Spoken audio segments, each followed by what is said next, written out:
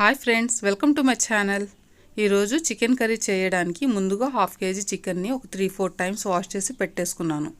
దాంట్లో రుచికి సరిపడ ఉప్పు వేసుకున్నాను, 1/2 టేబుల్ స్పూన్ పసుపు వేసుకున్నాను, 2 టేబుల్ స్పూన్స్ కారం వేసుకున్నాను, ఒక 1/2 కప్పు అయితే పెరుగు వేసుకున్నాను. వీటన్నిటిని బాగా కలిపేసుకొని ఒక 1/2 అవర్ పక్కన పెట్టేసుకోవాలి. ఇప్పుడు స్టవ్ మీద ప్యాన్ పెట్టేసుకొని ఒక 3 to 4 టేబుల్ స్పూన్స్ వరకు ఆయిల్ వేసుకున్నాను. ఆయిల్ వేడైన తర్వాత ఉల్లిపాయలు, పచ్చిమిరపకాయలు, లవంగ, దాల్చిని వీటన్నిటిని వేసేసుకొని దాని కలర్ మారేంత వరకు ఫ్రై చేసుకోవాలి.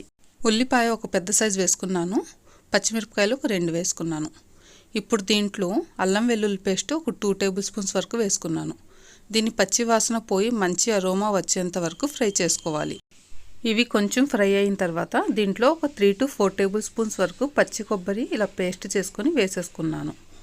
దాంట్లోనే ఒక పెద్ద సైజు టొమాటో ఇలా కట్ చేసి వేసుకున్నాను. ఈ టొమాటో అంతా సాఫ్ట్గా అయ్యేంత వరకు ఫ్రై చేసుకోవాలి. ఆ పచ్చి కొబ్బరిలో ఉన్న రా స్మెల్ అంతా పోవాలి. అదంతా రెడ్గా కొంచెం లైట్ బ్రౌన్ కలర్లో మారేంత వరకు ఫ్రై చేసుకోవాలి. ఈ మసాలాలన్నీ ఇలా ఫ్రై అయిన తర్వాత దాంట్లో నుంచి ఆయిల్ అయితే రిలీజ్ అవుతుంది. ఇప్పుడు ఇక ఈ స్టేజ్లో మనం మ్యారినేట్ చేసి పెట్టుకున్న చికెన్ అయితే దీంట్లో వేసేసుకోవాలి.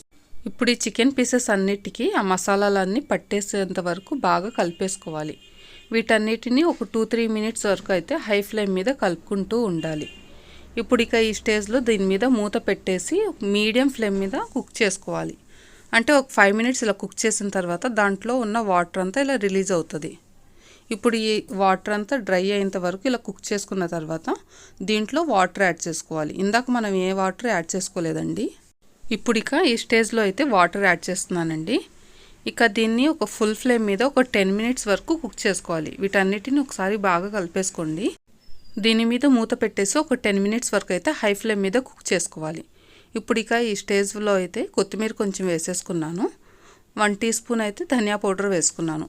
ఒకసారి ఇదంతా కలిపేసుకొని ఒక 2 to 3 మినిట్స్ వరకు అయితే కుక్ చేసుకొని ఇక స్టవ్ ఆఫ్ చేసేసుకోవడమే. ఇక దాని మీద మూత పెట్టేసి ఒక 10 మినిట్స్ వరకు అయితే ఇలా వదిలేసేయండి.